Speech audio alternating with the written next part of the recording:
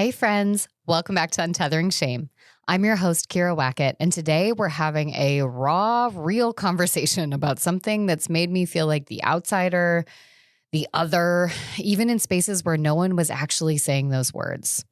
We're talking about body hair, shame, and the stories that we carry about our bodies that were never ours to begin with.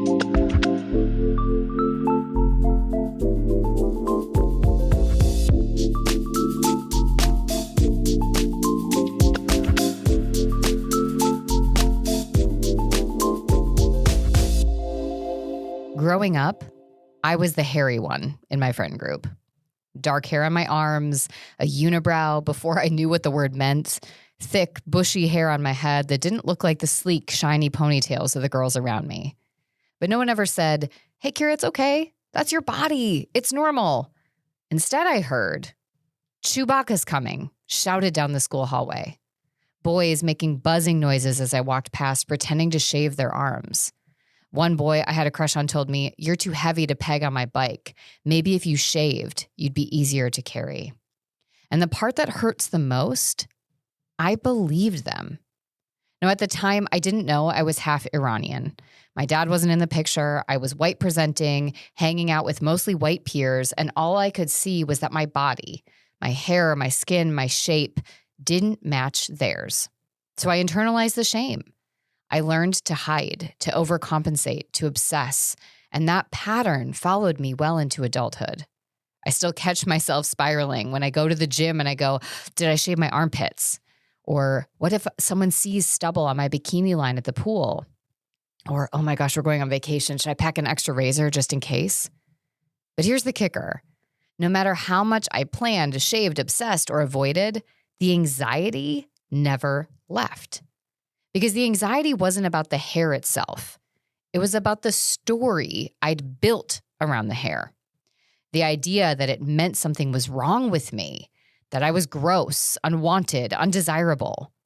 That's the shame story. And friends, shame will always find a new detail to fixate on. The issue isn't the hair or the weight, the stretch marks, the acne, the whatever it is for you topic. It's the meaning that you've taught yourself or you've been taught to attach to it. So now I'm doing the work to untether from that shame. And I can tell you that even though this feels accessible and it quote unquote should be easy, boy, is this one taking me time. And it's not about suddenly being super confident in every moment. I just want to get to a place of neutrality. I want to get to a place of saying, my body has hair. That's not good or bad. It just is. And when the old voice creeps in, the voice that'll say, "You should have shaved," or "They're judging you," or "They can see the arm hair," I ask, is this actually about right now? Or am I still trying to prove something to the kids in middle school who called me Chewbacca? Because the shame I carry isn't current. It's conditioned. It's decades old. And I don't want my daughter to inherit that. I don't want her to think she can't go swimming because her legs are hairy.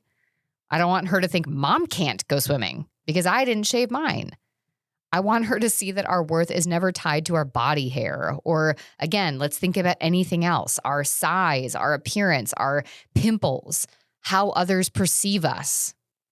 Now, if this is resonating with you, if you've got your own version of that thing that you fixate on, I want to gently invite you back to a tool that we explored in a recent episode. Cognitive reframing. That episode talked all about how we can change the story we tell ourselves about our experiences, not through denial or toxic positivity, but by interrupting the narrative long enough to ask, what else might be true? Is this thought even serving me? Am I living for myself, or am I still performing for people who don't even know me anymore? Because I promise you, again, the goal is not perfection. It's peace. It's freedom. It's showing up in your body without shame whispering that you don't belong. So here's how I'm putting this into practice right now. I don't make apologies for stubble or razor burn. I give myself permission to not shave when I don't want to, even on vacation, even when I know someone might notice. I talk about body hair openly with my daughter so she doesn't learn to hide or be embarrassed by it.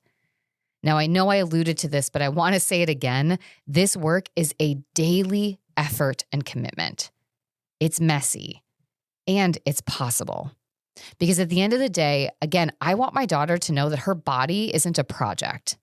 And I want to make sure that I'm reminding myself that every day too. Now, if this episode brought something up for you, whether you're still carrying the voices of old bullies or trying to rewrite the way you speak to yourself, I'd love to hear your story. You can send me a message or write it in the comments, wherever it feels safest and most open for you. And if you're feeling stuck in something about this, use the link in the show notes to submit your question to be featured on the Ask Me Anything podcast, where we can go deeper in that as well. Now, you can also download my free handout, set up a consult call, and access all my other resources in the show notes below. But for today, what I want you to remember is it's one step, one small piece of work that we're taking on.